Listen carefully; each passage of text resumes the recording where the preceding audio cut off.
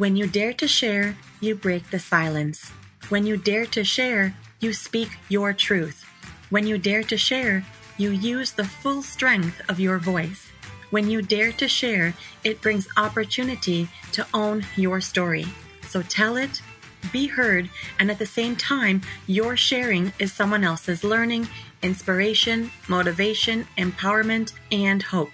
There's always an element to each of our stories that remains a secret. For some, we feel it's a dirty little secret. Dare to share your untold story exposes these secrets in a welcoming and positive way. I encourage each of you out there to dare yourself to share what is yours to tell. When we dare, it is the courage to do something really important. Let this be a vow to each and every single one of us that we take risk, we brave, confront, and face what is, while inspiring and empowering all communities.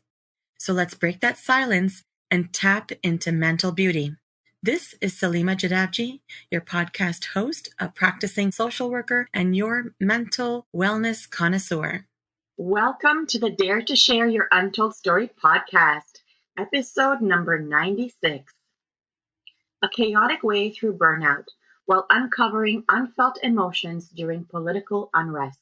To all my fellow listeners, before we get started, I'm just dropping in a note to give you a heads up that this podcast might be emotionally triggering for you. We do invite guests onto the show who share openly about extremely difficult life moments with exposure and impact of what the struggles have been like. The intensity of each episode could have a variable impact on your emotional and mental well-being based on your own personal story. If at any point the topic becomes uncomfortable or upsetting to you in any way, please do not pressure yourself to listen. Instead, be kind to yourself, do some self-care, and perhaps give another episode a try.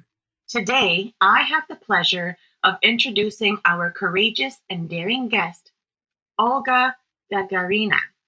As a proud immigrant in Canada, Olga carved her own path from starting in banking and corporate finance to opening an international education agency to then taking a role as an international student advisor at Centennial College. She is a regulated Canadian immigration consultant, advocating passionately for Canadian newcomers, future immigrants, and international students. She uses her expertise in Immigration, Refugee, Citizenship Canada, 10 plus years in international education, entrepreneurial spirit, and leadership to achieve accessible immigration advisory and ethical student recruitment and successful integration of newcomers in Canada. Olga is on a mission. She is advocating for newcomers in Canada so every immigrant story is a success story. She believes in supporting newly immigrants to Canada the opportunity for quality education and is currently working on creating a nonprofit organization with a goal to educate future immigrants before they make the decision and to newcomers upon their arrival to Canada. Well, hello, Olga. Welcome to the Dare to Share Your Untold Story podcast. Hello, Salima. Thanks for having me. Oh my goodness. Thank you so much, Olga, for being here. It's so great to have you as a guest on the show today. And I really am grateful for your willingness to be here to tell your story today. I'm truly humbled to encounter guests like yourself who allow me basically to tap into their vulnerabilities and draw on their strength, insight, and inspiration that gets shared in this space. And Olga, it's incredibly important that we take a stance together to help break barriers of mental stigma. So what do you say?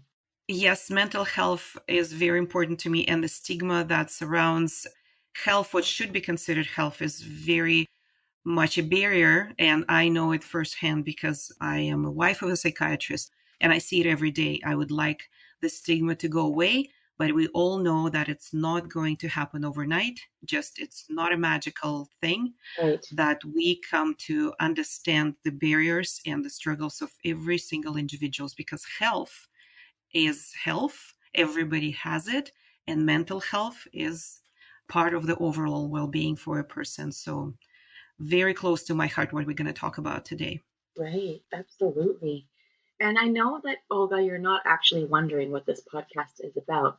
But just to really shed light on it, right? This podcast, what has been created, is all about bringing forward untold stories that people go through, whether directly about a mental health struggle or something else. And we know that no matter the story, there is impact on one's own mental health in some way, which remains tucked away. And so the benefit of this platform, the intention of this platform serves in a way to break the barriers of mental stigma that have been conditioned in our society. So my hopeful mission with you today, like together for both of us, is really to encourage people to share and tell what individuals typically have reservation to express. And of course, I continue to bring forward a trend, and it's called the mental beauty rethink. So, Olga, what is the first thing that pops into your mind when you hear the phrase the mental beauty rethink? Oh, I appreciate you calling this exactly the phenomenon. You're probably the one who coined the notion. Mental beauty is what I want everybody to think of when we want to understand our mental state, our condition, our emotions. Mental beauty is exactly how I would put it. That's why it resonates so well with me. Mental beauty is, to me, something that everybody should explore.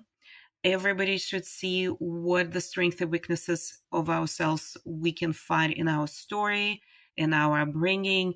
What are those weak points that we can grow from? What are those strengths that we can utilize once we come up with a portrait of us being a beautiful, beautiful being? Beauty is a very important value of mine. Mm-hmm. I'm very much into aesthetics. I like beautiful things. Who doesn't? But Mm-hmm. to me, it's very critical. So, mental beauty is something that I strive for myself. But since I want to be surrounded by beauty, I want every single individual to be as beautiful as they can see. I want to see the beauty. I want to hear those stories and not to judge them as, oh, well, we probably should not talk about this. Well, we probably should not see half of that portrait Right. because it's going to be incomplete. When you think of beauty, it's actually something you can think of a Gioconda or some beautiful landscape somebody painted. It will be incomplete if we stopped at just a sketch. It will be incomplete if we decided to paint it in half colors that we had access to. Let's be painting beautiful, colorful portraits, or bold enough portraits of ourselves and our mental well-being. That's how I see it. Mm-hmm. I really love it. You know what was coming to my mind as you were articulating your perspective? Something caught my attention. You said a portrait of beauty, and it kind of made me think of like, when we look at a painting, we don't necessarily look at what part of the painting do we like, not like, what part of this is really good, not good, right? We don't Hmm. look at what part of the painting is a strength or a weakness. However, when we look at a portrait and we take a step back and really take in that painting, it's the entire being of it. Yes. And I feel like when you said portrait of beauty, of referring to mental beauty, it kind of made me feel like that's we're achieving. It's a nice way of putting it. Thank you. All right. So let's dive in and unpack your story. What do you say? Let's do it. Oh, I'm here yeah. for that specific reason and very open and very willing. All right. Then let's get to it. Olga, that first question. Give us the newspaper headline of how you would title your untold story. How would it read? Wife of a psychiatrist and a strategic juggler. A wife of a psychiatrist and a strategic juggler. Say it one more time, please.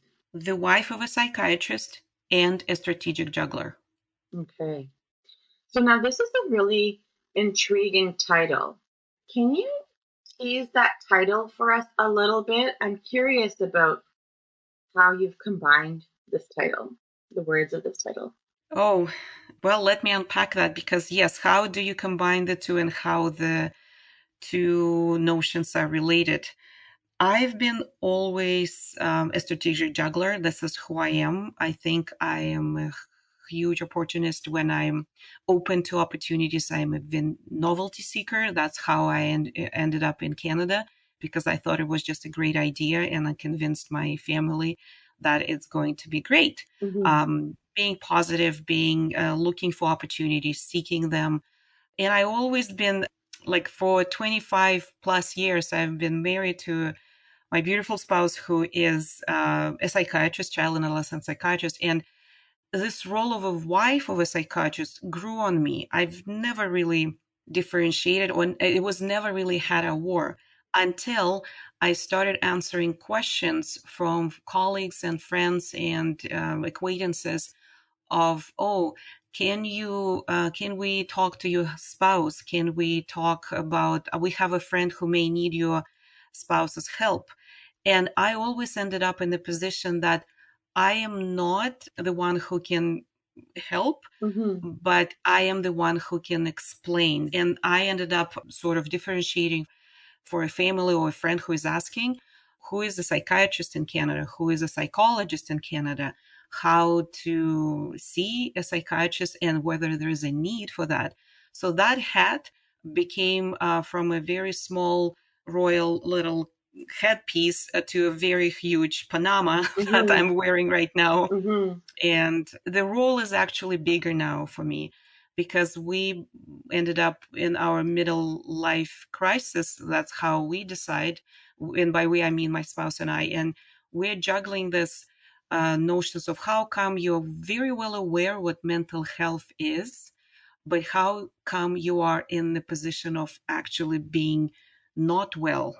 Right. And this is a bigger deal for us now. We are going through this together. And thankfully, how all our life was, one will be limping emotionally or professionally or somehow else. And another one, my husband or myself, will be picking each other up. Like, this is what we do. It's a beautiful tandem. Yeah, that is a great tandem. Wonderful. All right. Well, thank you for sharing that. So the time has come for you to tell us what your untold story is all about. So, give us the who, what, when, where, themes, all of it. It's a very loaded question. Tell us your untold story. But my story will start from my recent struggles, where I all of a sudden discovered that my identity seems to be broken. And that came about in the beginning of 2022, when Russia invaded Ukraine. And all of a sudden, I am a very much a Canadian person. That's how I identify. I just remembered that, or it came to the surface, that I am also a Russian person who was proud, or is proud, or should be proud of who I am and what the upbringing was, what the culture means. I was, and now I am not. So I was very ashamed of what's happening. I became ashamed to even mention the country that I come from. And I am in the role at the college, at the public college, where that question comes to me quite often. I'm asked, oh, what country are you from? Because I advise international students, and they are curious. Sure. They want to know where you're from, right? That's one of the ways that they can relate with you. Correct. So, and that's one of the tools that's how I build rapport with them. I am also very much open in saying that I am an immigrant myself, and I do know what they go through. Yes, it's been an experience of several decades, like 2 decades now, and I still feel their pains and their struggles. I understand them. It helps. It helps me in my work, but it also takes away a lot from my well-being when I need to sort of chip away a piece of me and share with someone. And now, in this new context, recently there was a 2-year anniversary of the war. I am feeling that I am very much still impacted by this. What's happening, what my country is doing, and how to reconcile is still my ongoing battle. Right. When the war started, and I was trying to go through what I can do for students, and especially for Ukrainians, who I felt very passionate about to help. I also felt for Russian students who could not really pay for their international education now because of the sanctions, and parents struggling to transmit the money for the education. So all of that responsibility, I took it very personally. I was growing to be very exhausted within half a year of when the war started. And in fall 2022, I was really at the end of my wits, being frustrated with the process, feeling that my college could do better, my colleagues could understand it, and hiding the very fact that I am still doing all of what I do and going above and beyond, hiding the fact that I'm doing it for a reason that I am ashamed. You mentioned this lost sense of self. Can you say more about, can you describe what that was like for you? Oh, yes. It's difficult to describe, put it in words. It's a very mixed bag of emotions. You can't even formulate it until you understand what exactly are you feeling. Like, I'm calling it, and I know it's shame, and that's what I always have to, it feels like I have to pronounce that I'm very ashamed of what the country is doing.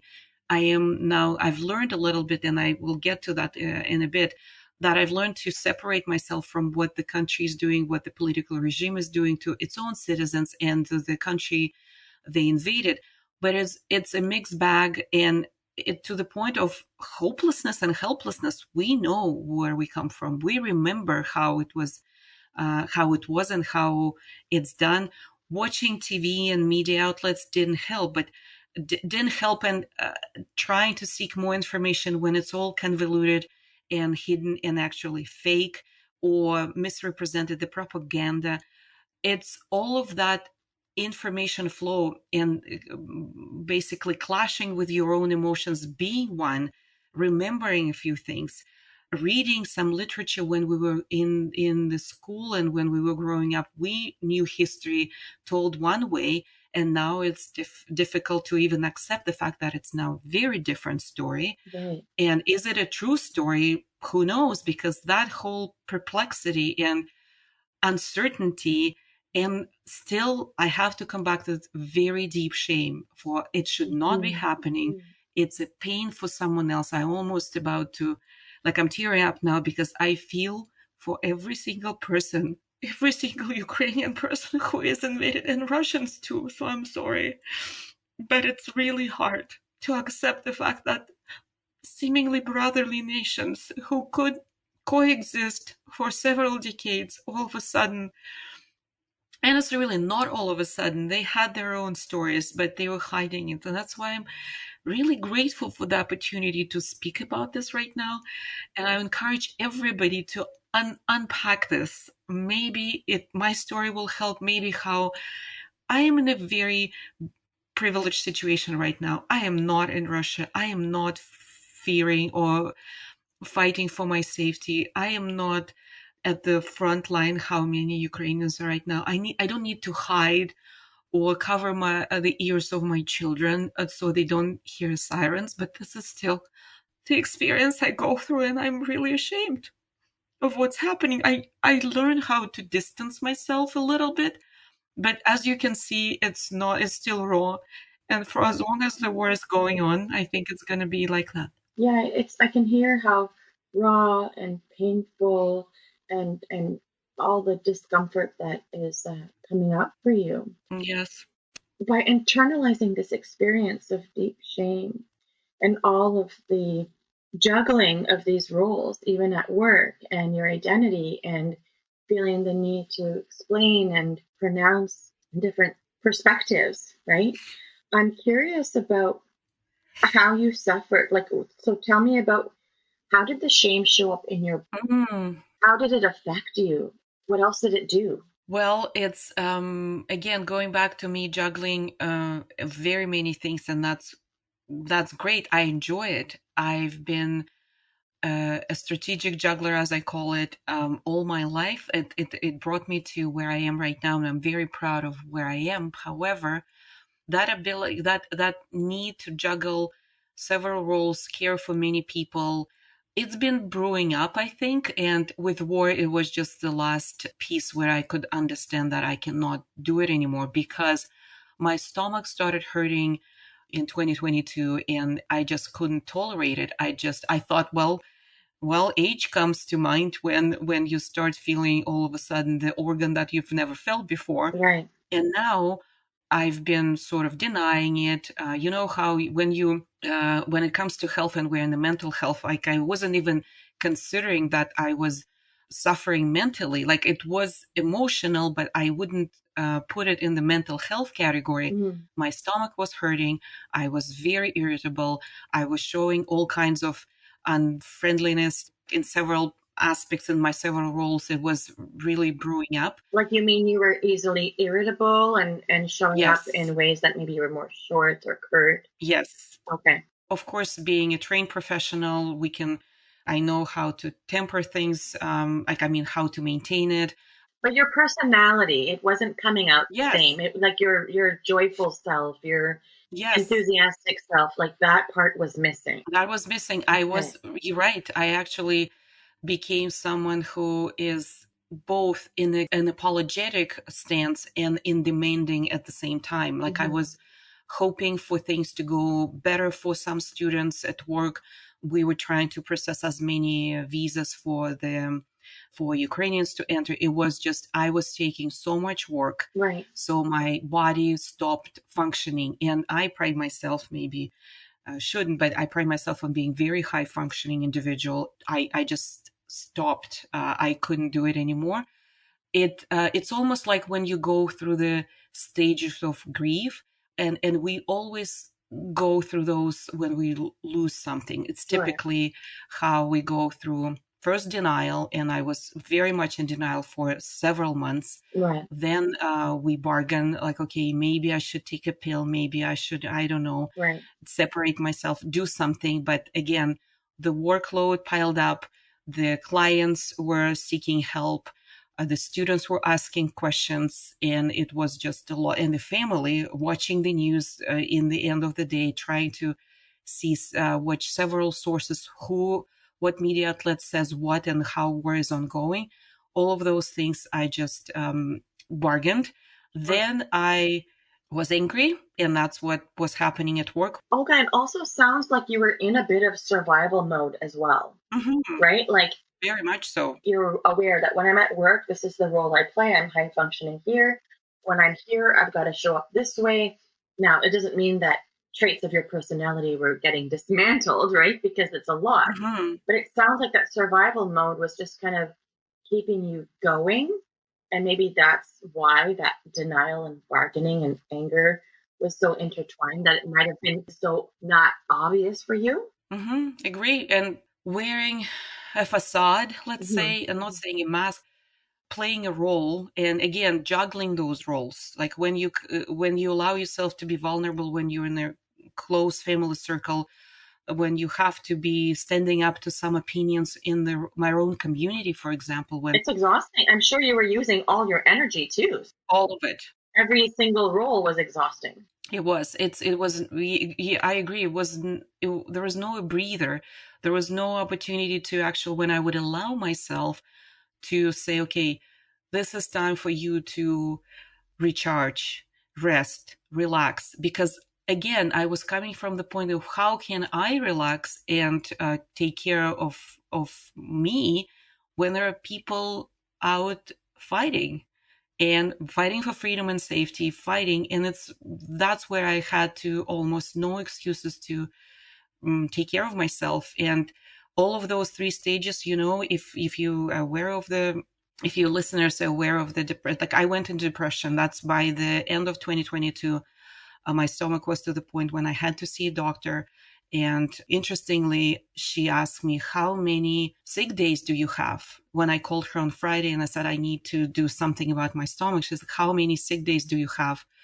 I said, well, maybe a couple of weeks. And she said, well, I will see you in that time, and I will see whether we need to treat your stomach, or it's the stress, it's the burnout, I'm suspecting depression.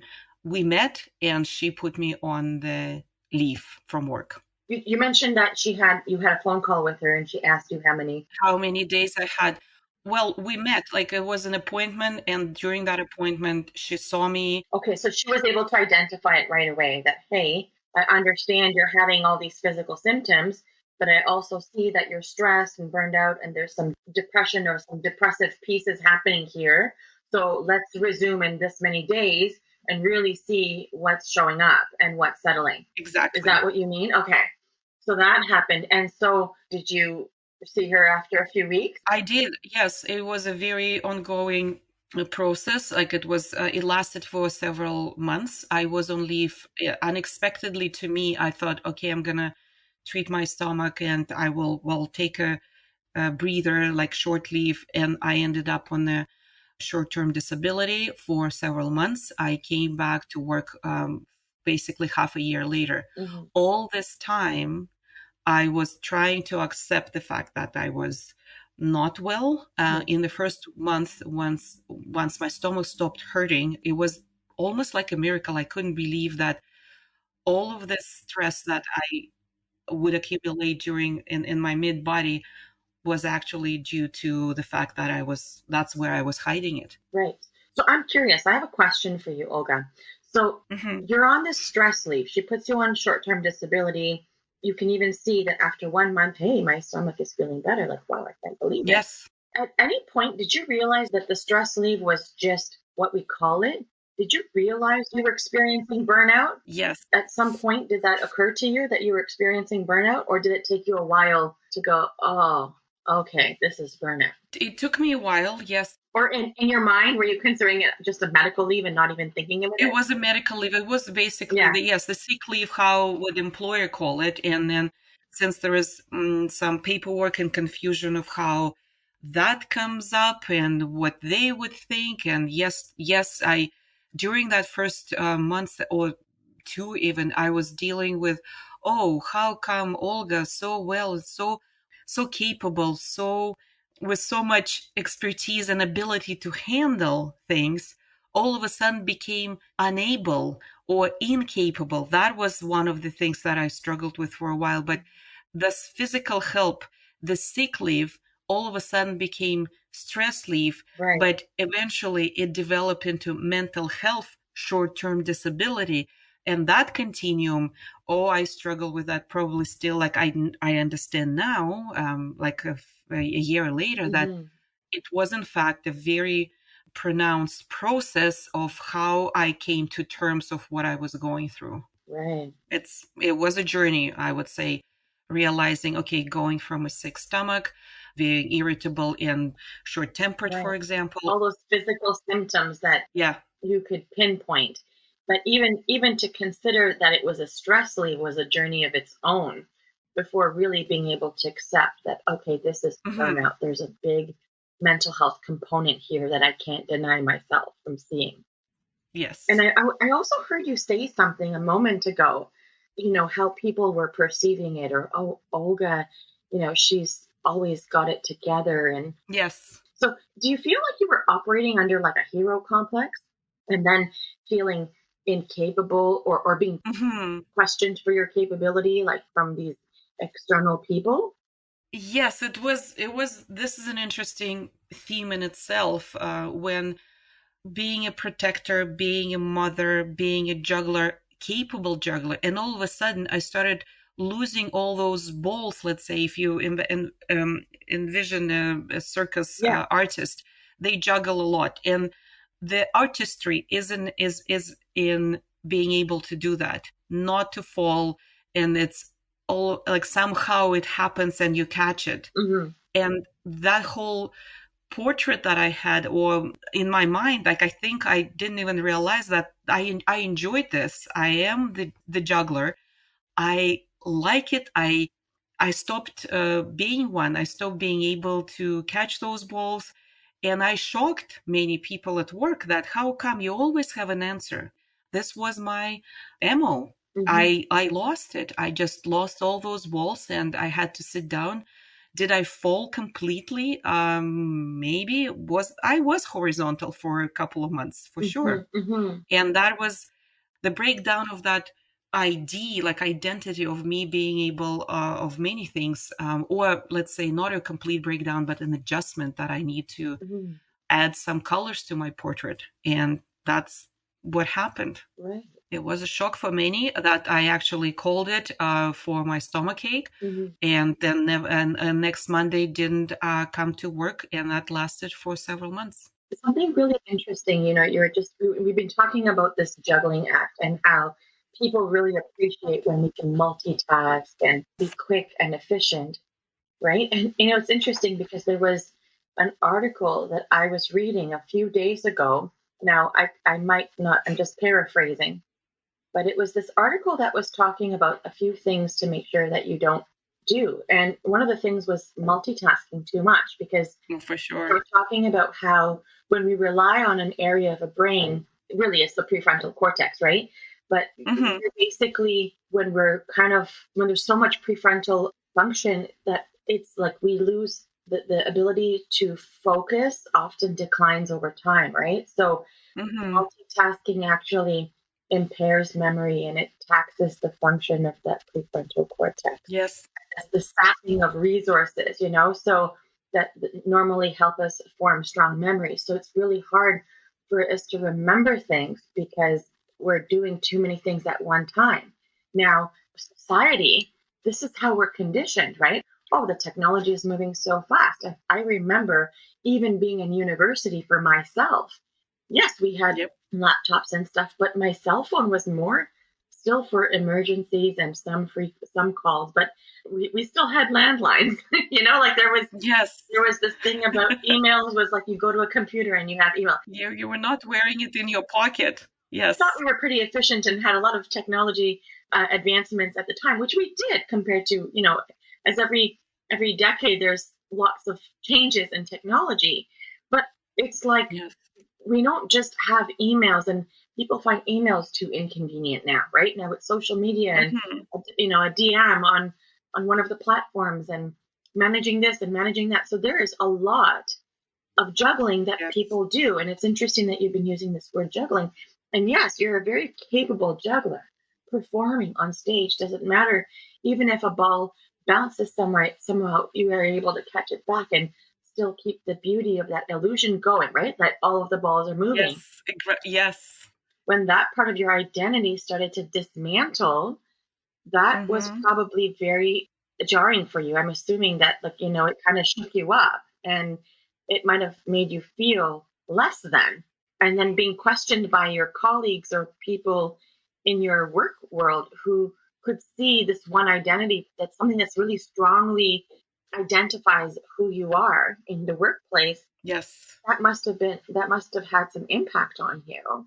That was tough for sure. Even coming to terms that you are a human, you accepting the roles, actually working on roles that are key priorities for me, going through values, Mm-hmm, the set of values of what I should prioritize that I cannot catch it all. mm-hmm, It was difficult. It took my spouse long conversations with him to maybe go and understand a few things. I was given a workbook by my therapist. I was given a workbook on perfectionism, mm-hmm, and then in the end of the leave, I was basically okay with being a workaholic. mm-hmm. The artistry of juggling a few things now started meaning more to me. It actually meant that I have a sort of an addiction to having all things under control, but being certain things,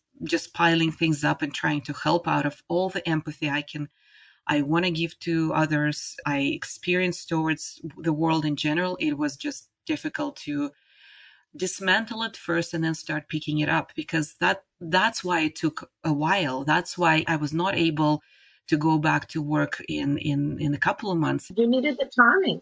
You needed the time to pick it apart and really understand. You have to sort through what is all of this muck? What is all of these pieces? What are all these roles that I play? What's overdeveloped? What's underdeveloped?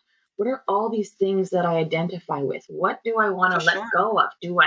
Am I carrying on roles that are not meant to be carried by me? I'm sure there were many pieces to that exploration that you were journeying through. Hmm. It was many pieces, and you feel like, since you are battling with the depressive state, the loss of identity, and I was mourning it, like denying it at first, then I was bargaining, trying to maybe put it together, still manage, then being angry of how things are, and finally the next stage, the depressive state, went for several months.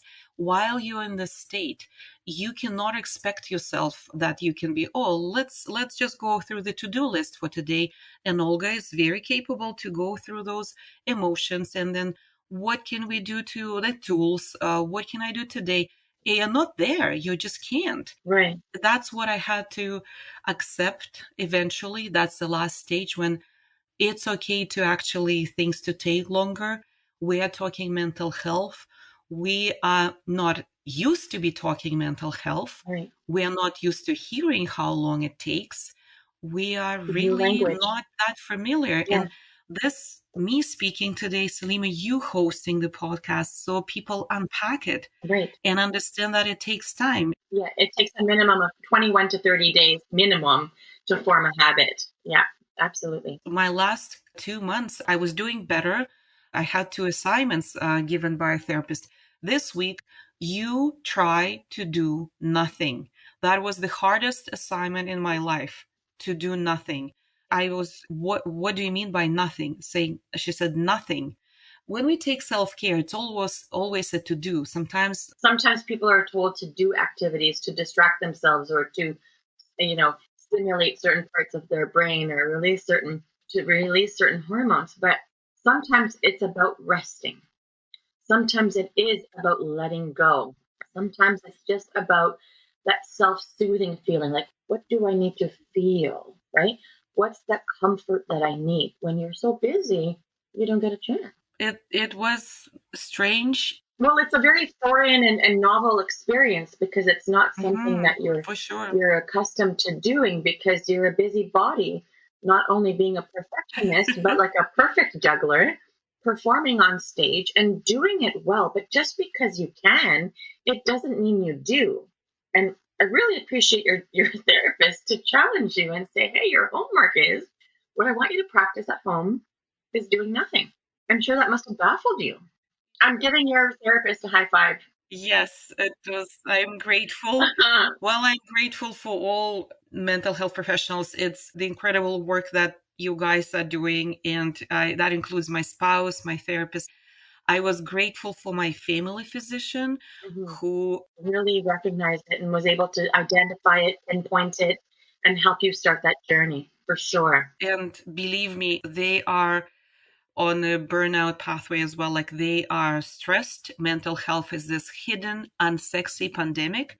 And why I say unsexy is that when all the, let's say, going back to COVID, I guess, or just reminding listeners too about the COVID, how every resource possible was thrown at finding the vaccine or curing, on helping the society to deal with it and come out and deal with the infectious disease.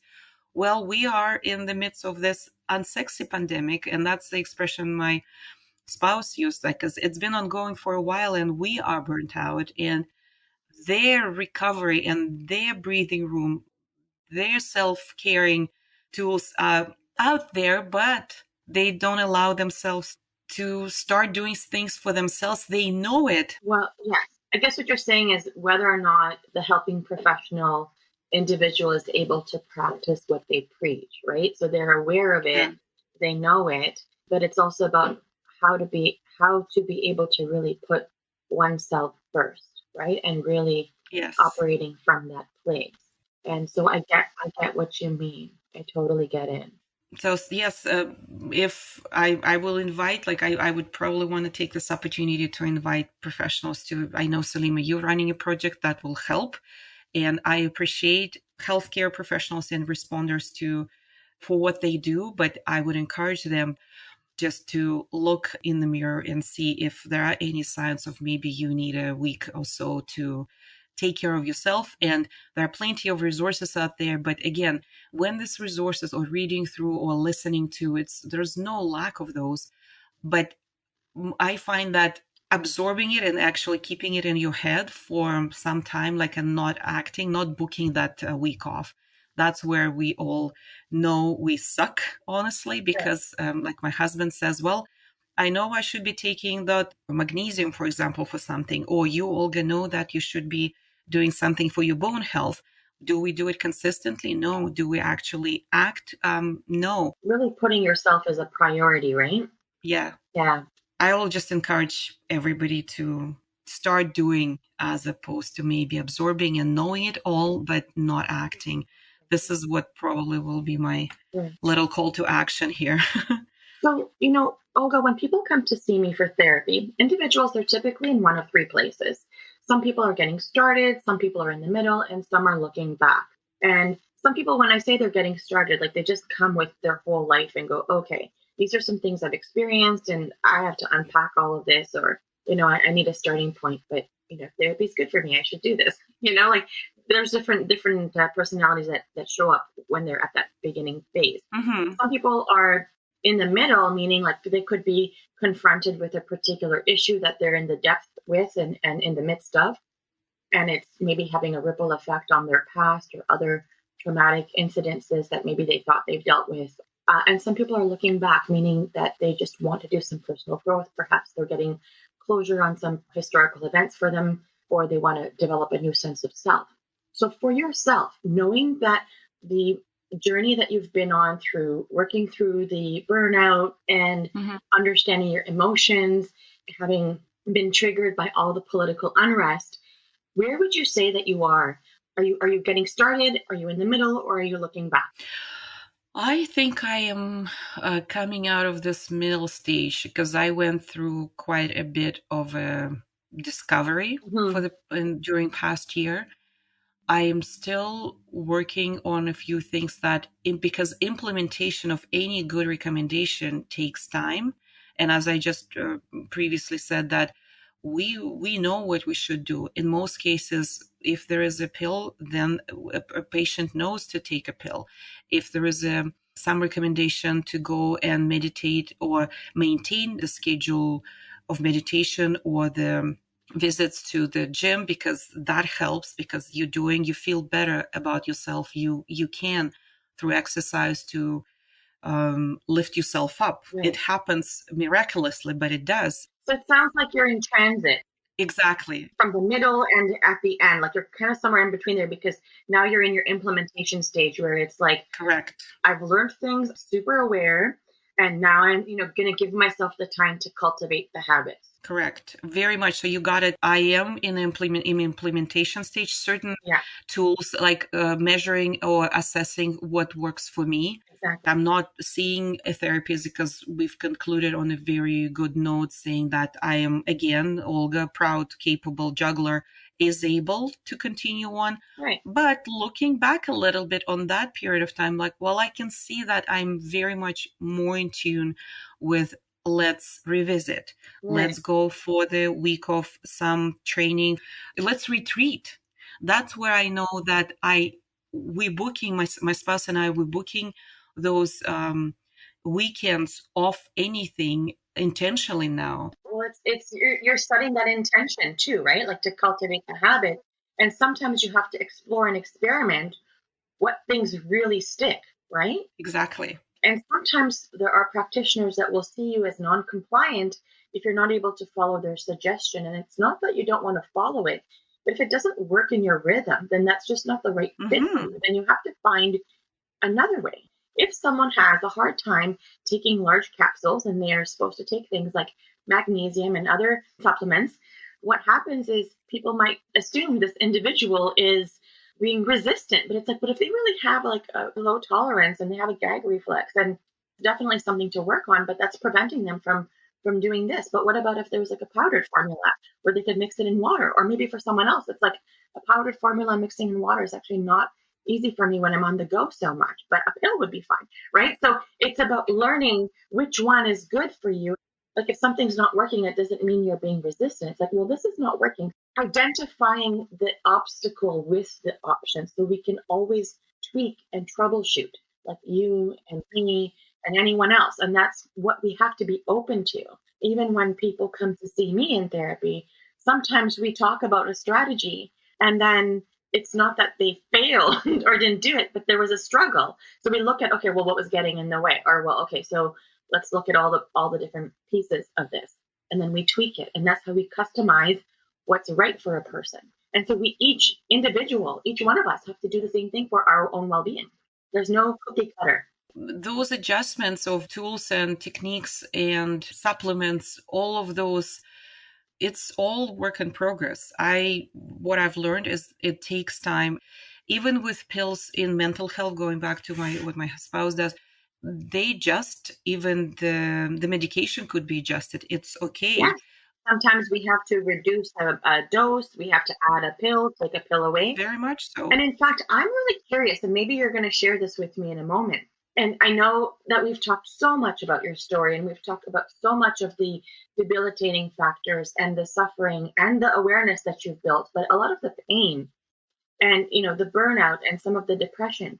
So what I'm really curious about, if you could say a little bit more on how your untold story really affected your mental health. Now, I know we started to tease out shame, we've started to talk about the burnout and the depression, but maybe you can share a little bit more about your experience with depression and maybe your experience with medication. Yes, I'm happy to, because this is one of the aspects, I think, of my mission, to let people know that yes, you will be confused and not open to accept it at the beginning. It's not what anybody wants to accept.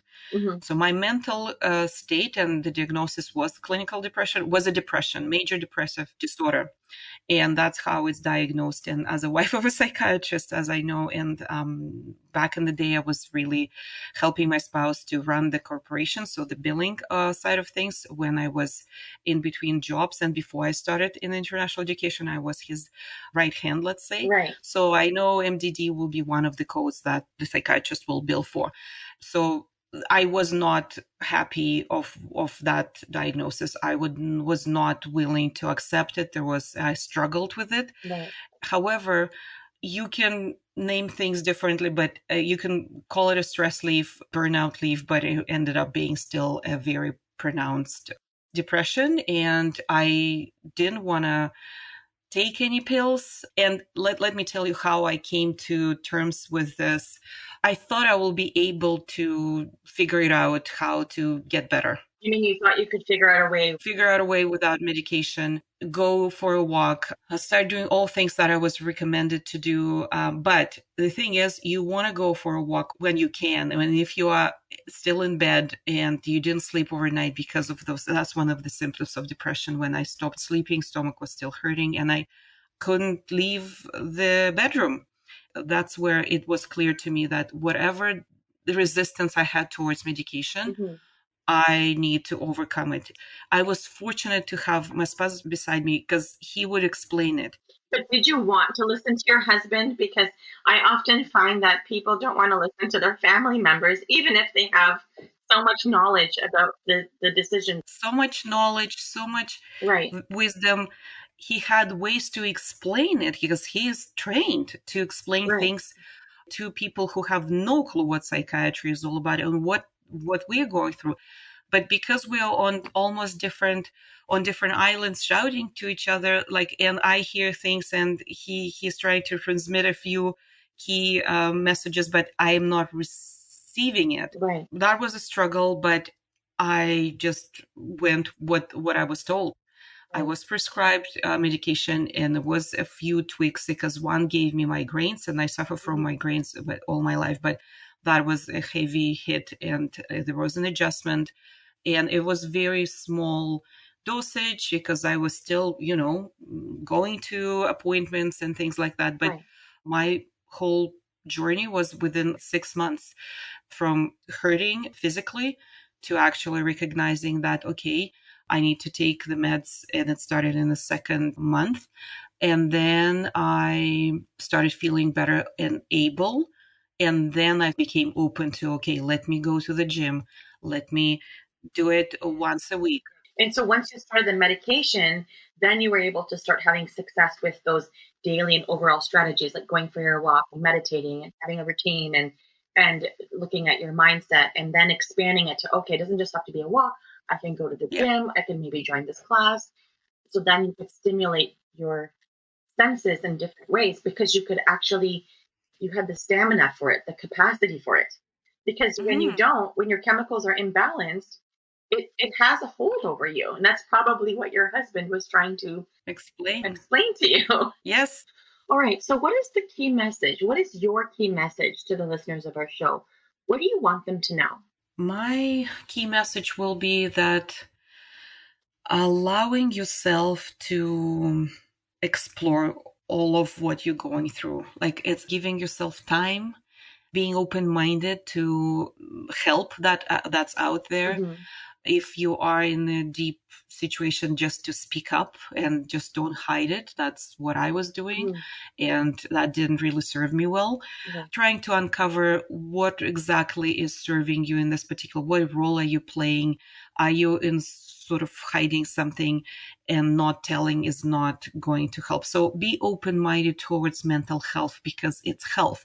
Don't take mental health as something that is unworthy of time Right. and discussion. Consider it as a part of your health. And we've heard it. We Right. just, my tip will be, as for myself and for everybody else, let's start doing things. We're very knowledgeable. It's out there. Thankfully, mental health is spoken about right now. Right. Live your life in pursuit of mental beauty. Salima, this is a notion I come back to. Health, when it's good, we typically ignore it. Like there's nothing to worry about. We just go.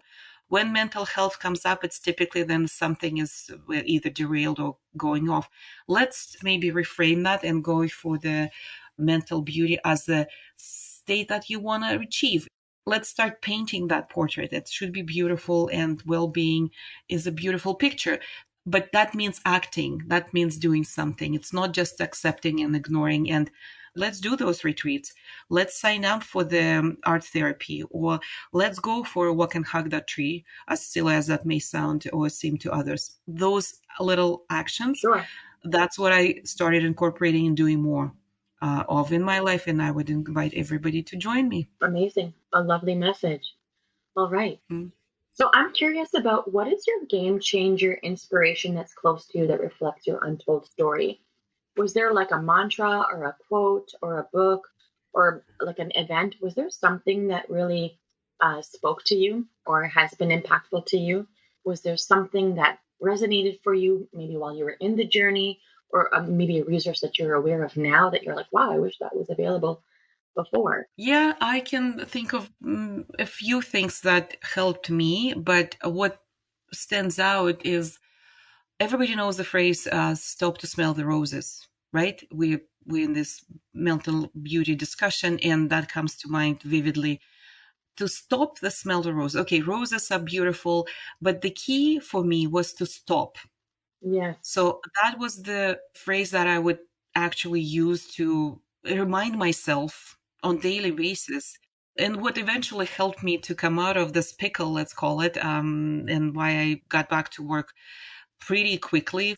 And I am the passionate gardener, so my garden helped me. I actually went out and I forgot about the world, and that I was able to do in the last 2 months of my leave. Right. So to stop was the key message, Right. and then immerse in something that gives you joy. And I found that joy outside. When I was able to see friends, I started inviting them to the garden, as opposed to just, okay, let me sit at the table and just quick like meet over dinner. Hmm. Let's do something. Let's stop and smell those roses. Let's plant those roses. I planted a lot of trees. This top thing and being outside, because roses are outside, that's what helped. That was game changing for you, was stopping and being able to see what's there because you're giving yourself a chance to stop. Yes, yes. And the roses and the is the representation of the garden, which is connecting to your joy, right? So that's a beautiful piece of inspiration that you've reflected on. Thank you.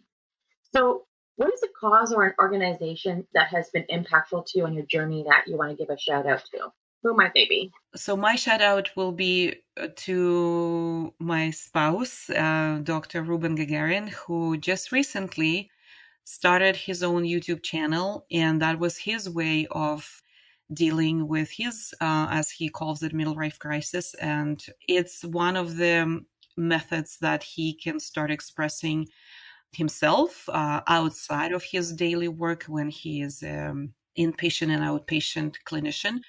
I'm sure it's very like valuable and not a lot of clinical jargon. And I'm sure it's very No, relatable for no, people and they can understand the nuances of the different things that happen in life.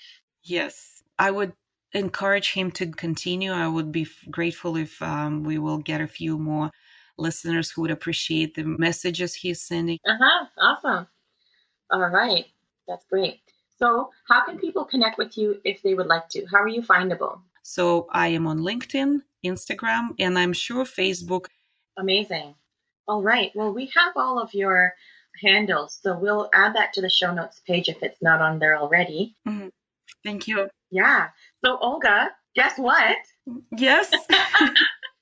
You've just dared yourself to share. Congratulations. Thank you. It was such a pleasure, Yeah. and I am grateful for the opportunity. Frankly, it's probably, what can I say, can conclude my journey. I am very optimistic and forward looking right now. And Salim, I'm really grateful because I think although you act right now as a podcast host, your expertise and your skills do come through, I guess, and shine through when you let us speak to you and let us uncover a few things and tell that untold story. So this is a beautiful opportunity, and I wish you all the best in your pursuit, and all of those new listeners and whoever decides to subscribe and actually be a very active supporter of the podcast, because we need to stick together and spread the word, because that's how it works. It's really encouraging and heartwarming. And Olga, I also would just like to take a moment to express my gratitude for the deep story shared in this space today. Your ability to share the roots of your emotional pain that led you to burnout, while you were able to detail losing your sense of identity, which was intertwined with political unrest that commenced in your home country. My goodness, your story is meant to be heard. I'm truly grateful to have been able to hear and witness your story today. So thank you for the deep conversation and for all the daring and sharing. Thank you. So once again, Olga, thank you for being part of Dare to Share Your Untold Story and helping to be a voice in breaking down the barriers of mental stigma. To all of our listeners, if you like what you've been hearing on this podcast and you want to be part of breaking down barriers of mental stigma, I invite you to go wherever you are listening to the episode and hit subscribe. Leave us a comment or a review of the episode and maybe how you relate to it. To learn more about what we offer, visit www.daretoheal.co. And if you are feeling ready and brave to share, please submit your story by visiting www.daretoshare.co. Thanks for joining in.